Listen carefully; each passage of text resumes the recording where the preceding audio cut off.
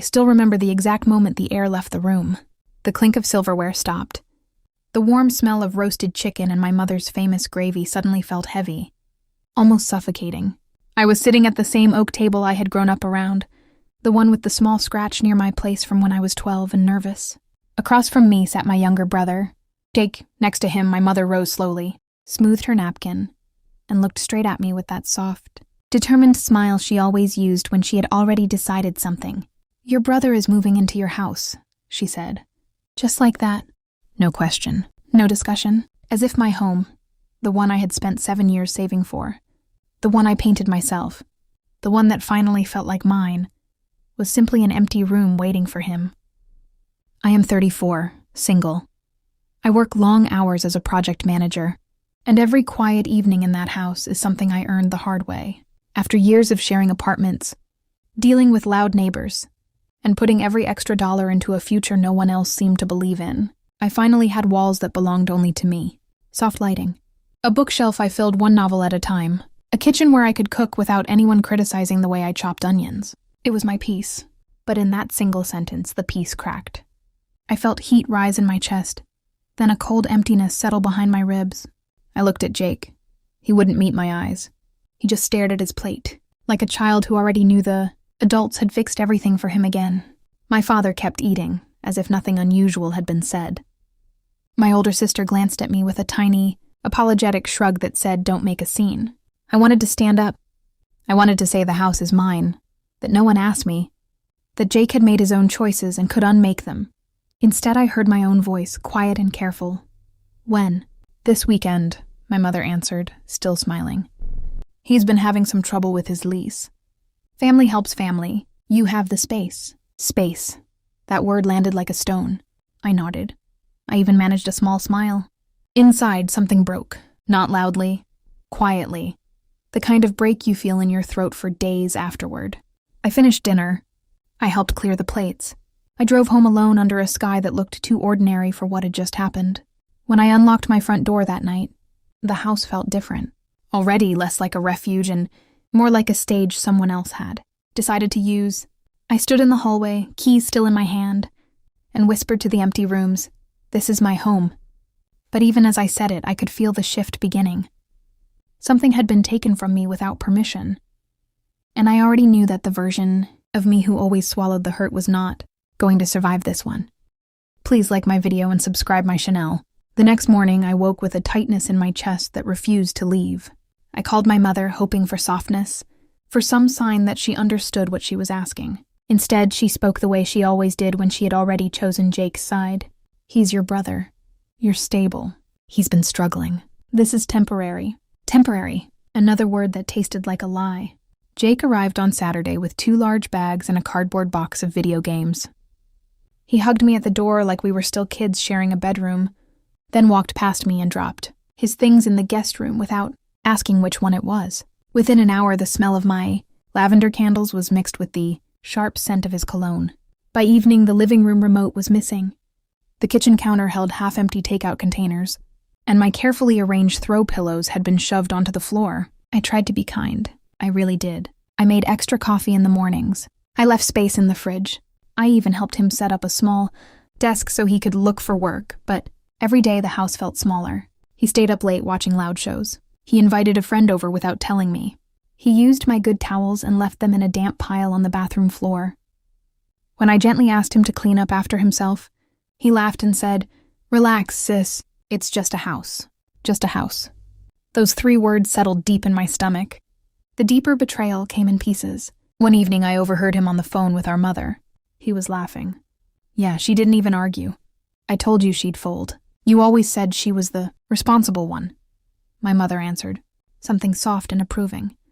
I stood in the hallway, hand pressed to the wall, feeling the last of my childhood loyalty dissolve. Later that week, I found an old family group chat on my sister's phone when she visited. Messages from months earlier. My mother writing, "If she ever buys a place, Jake can stay there when things get hard. She won't say no." My sister replying with a thumbs up.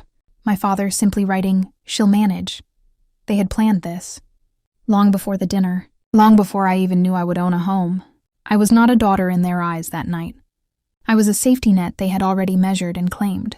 Sleep became difficult. I started locking my bedroom door. I began documenting everything: dates, messes, conversations. Not because I wanted evidence for a fight, but because I needed to see the pattern clearly. The more I looked, the clearer it became.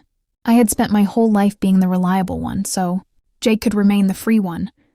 Every time he stumbled, the family turned to me. Every time I succeeded, they treated my success like a shared resource. One night I sat on the edge of my bed, the house quiet except for Jake's television through the wall, and I felt the shift inside me. The hurt was still there, sharp and real, but underneath it something steadier was rising.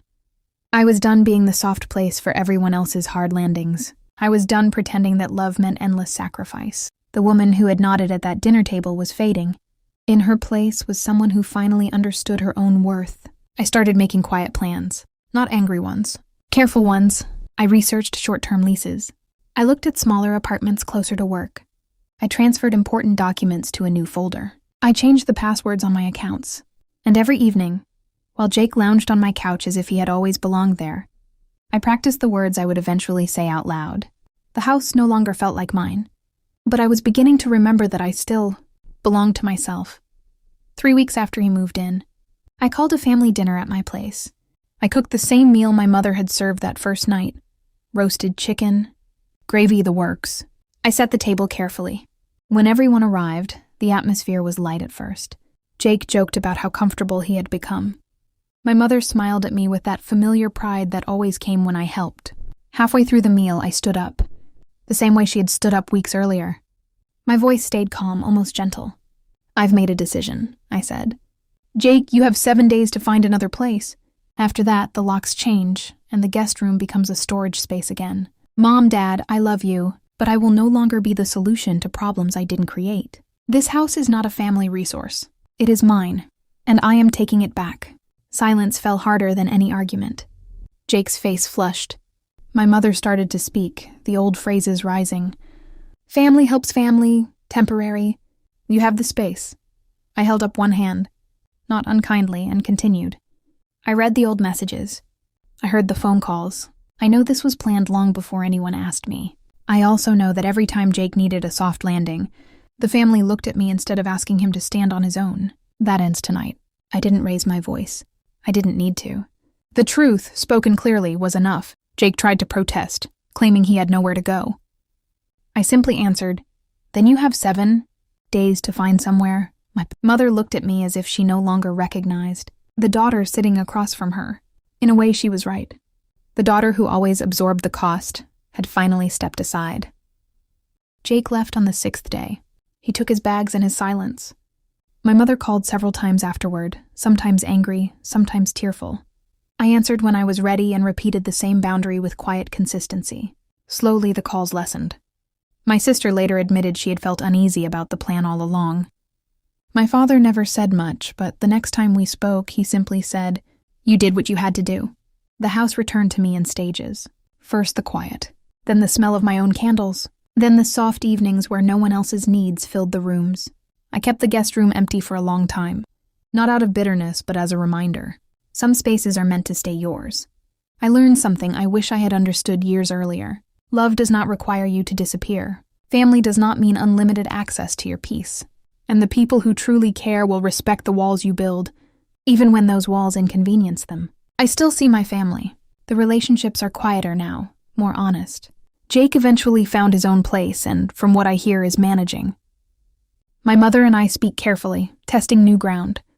And every night when I lock my own door, I feel something I almost lost: ownership of my life. The dinner that once shattered me became the moment I finally stood, up for the woman I had worked so hard to become. And that, more than any perfect revenge, is what brought me peace.